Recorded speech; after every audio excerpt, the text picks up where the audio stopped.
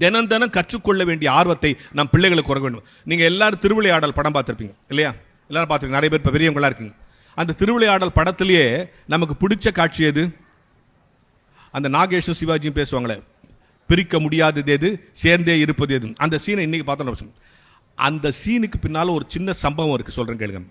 திருவிளையாடல் படம் எடுக்கிறதுன்னு அந்த இயக்குனர் முடிவு பண்ணிட்டார். முடிவு பண்ணி சிவாஜியை ஹீரோவாக ஃபிக்ஸ் பண்ணிட்டார். அடுத்தது நாகேஷை போய் ஃபிக்ஸ் பண்ணுறார். நாகேஷ் கிட்ட சொல்கிறார், நீங்கள் இந்த ரோலில் நடிக்கிறீங்க, தர்மி ரோலில் நடிக்கிறீங்க.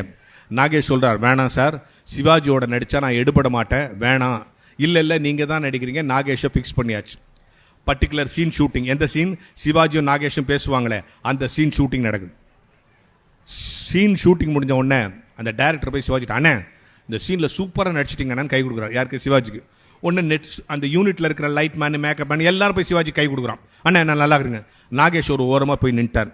இதுக்கு தான் இந்த படத்தில் நடிக்க மாட்டோம், சிவாஜி இந்த சீனில் நம்மளை தூக்கி சாப்பிட்டாருன்ட்டு. இப்படி எல்லாரும் சிவாஜிக்கு கை கொடுத்தோன்னே சிவாஜியில் தள்ளுங்க தள்ளுங்க தள்ளுங்க தள்ளுங்கட்டு நேராக நாகேஷ்ட வந்தார். நாகேஷ் கை கொடுனார். நாகேஷ் சொன்னார், என்னென்னா எல்லாரும் உனக்கு கை கொடுக்குறாங்க, நீ போய் எனக்கு கை கொடுக்குறிய? அதுக்கு சிவாஜி சொன்னார், இல்லை, இன்னும் 50 வருஷம் கழிச்சு இந்த படத்தை யாராவது பார்த்தாலும் இந்த சீனில் என்ன ரசிக்க மாட்டாங்க, ஒன்றை தான் ரசிப்பாங்க. இப்படி சொன்ன உடனே எல்லா கூட்டமும் நாகேஷ்ட வந்துட்டான். நம்மளால் தான் எங்கள் கூட்டம் சேர்த்து அங்கே ஓடிடுவானு. எல்லாம் நாகேஷ்ட கை கொடுத்து, அண்ணே கை கொடுங்க கை கொடுங்க, சிவாஜியை உங்களை பாராட்டிட்டாரு, எப்படி நடிச்சிங்க இந்த ரோல்னா? அப்போ நாகேஷ் ஒரு பதில் சொன்னார் பாருங்க, அதான் இந்த கூட்டத்துக்கான மெசேஜ். நாகேஷ் சொன்னார், இந்த படத்தில் தானா புலம்புற தர்மி கேரக்டர்னு டைரக்டர் எனக்கு சொல்லிட்டாரு. நான் டெய்லி மயிலாப்பூர் கபாலீஸ்வரர் கோயில் குளத்தில் வாக்கிங் போவேன். அங்கே ஒரு பைத்தியக்காரன் தானா பேசி நிற்பான்.